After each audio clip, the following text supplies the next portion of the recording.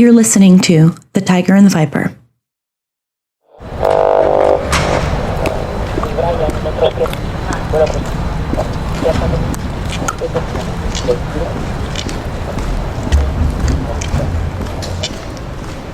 Mushroom duty was Saturday, and while I liked it better than the occasional garbage duty, neither were exactly a clean deal. Handling that much fertilizer was, unsurprisingly, not enjoyable. Even less so than the worst never-ending press junkets for my old life.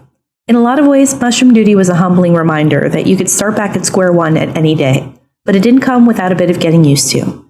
Here, you got gloves and overalls, and you came home smelling like cow shit no matter what.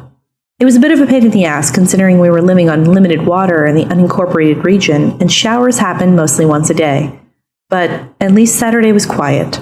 You couldn't fit too many people in some of the caverns underneath Salvation Mountain, so duty on Mushroom Day was usually relegated to pairs. Fewer people nosy about the way that I looked. Fewer people who ended up recognizing me. I liked it when people minded their own business. When I rounded the corner, I peered through the dim lighting to make out the outline of my partner, hefting trays of processed mushrooms across the room. I ducked into the overalls hanging on the wall, hoping that they wouldn't say anything about the tardiness. "You're late," he intoned from across the room. "I already got started without you." Even in the half-dark, I'd grown to know the voice. "Hey, Lyle," I said warmly. "Oh, thank God," Lyle said, turning. "I thought I was going to get paired with Agnes again today." I felt a rush of relief. Lyle was all right. He knew enough not to ask me any of the truly painful questions, and I was grateful for that. I batted him on the shoulder. "Don't let her hear you say that. She's a nice lady."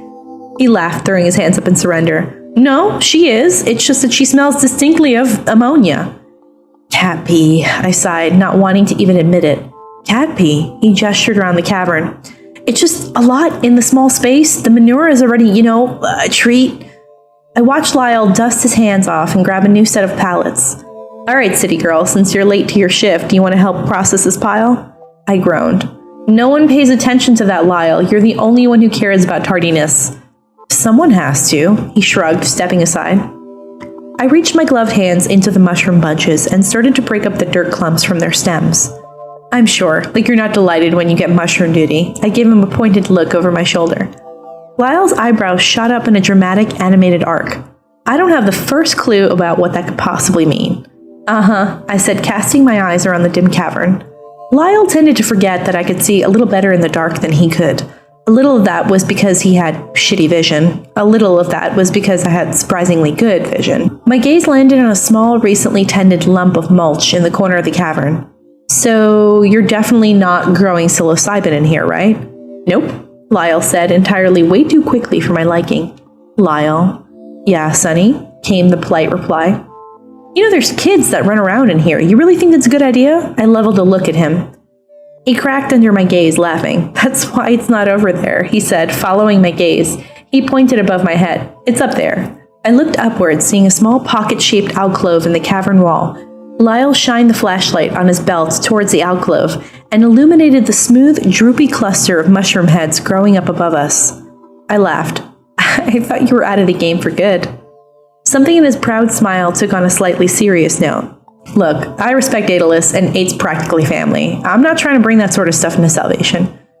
My nose scrunched at him. "You really think that what you're growing up there is any different from what you used to get up to?" "Yeah," he nodded, dead serious, his gaze distant as he remembered something. "They are. There's medicine and garbage out there. Sometimes it's dangerous to paint everything with the same brush." I looked over him as he waxed poetic, all scrawny 5 feet and 8 inches of him. He'd grown hardier since we'd arrived here at Salvation, but both of us had. I was used to unforgiving choreography and training boot camps, but both of us had seemingly grown more ropey and sturdy. "Wow, Lyle said suddenly, leaning in, "I guess I never realized that your eyes don't glow, they reflect." "Yeah," I said, tilting my head to demonstrate in the dark. It was fun to see people jump the moment my eyes caught the light and started to shine. "Kinda cool, huh?" "Kinda spooky," he blurted. Not really in an off-putting way, just kind of alien, I finished for him, raising my eyebrow at him ruefully. Nothing I hadn't heard before. "Yeah," he said, leaning to give me back my personal space. "You're really out here on the final frontier, huh?" "I guess you could call it that. I'm kind of colorblind in the daytime, though," I shrugged. I thought women couldn't be colorblind. It's like a genetic thing, Lyle said, accepting a basket of clean mushrooms. They also usually don't glow in the dark.